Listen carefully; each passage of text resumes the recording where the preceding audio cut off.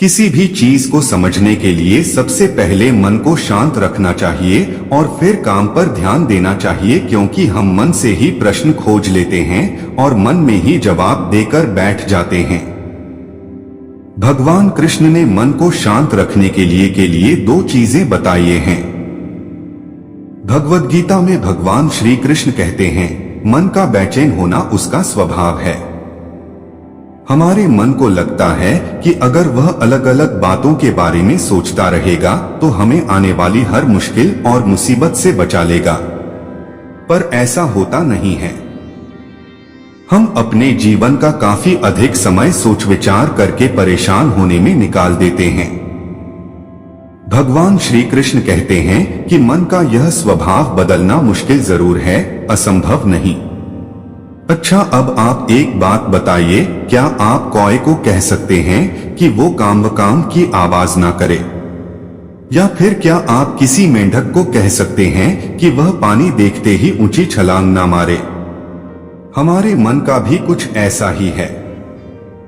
जीवन में कुछ भी होता है, अच्छा या बुरा, हमारा मन उस पर काम करने लगता है।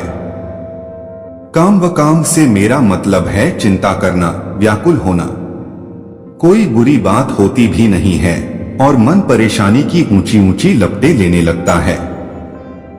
कभी कभी तो मुझे ऐसा लगता है कि हम में से कई लोग सिर्फ परेशान होने के लिए जीते हैं।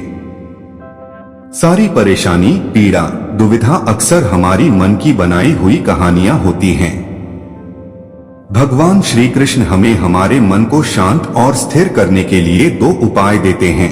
पहला, ध्यान लगाना या मेडिटेट करना। दूसरा, वैराग्य भाव सीखना। अब ध्यान या मेडिटेशन शब्द सुनते ही आप में से कई लोग कहेंगे कि आप आंख बंद कर सांसें अंदर बाहर नहीं ले सकते।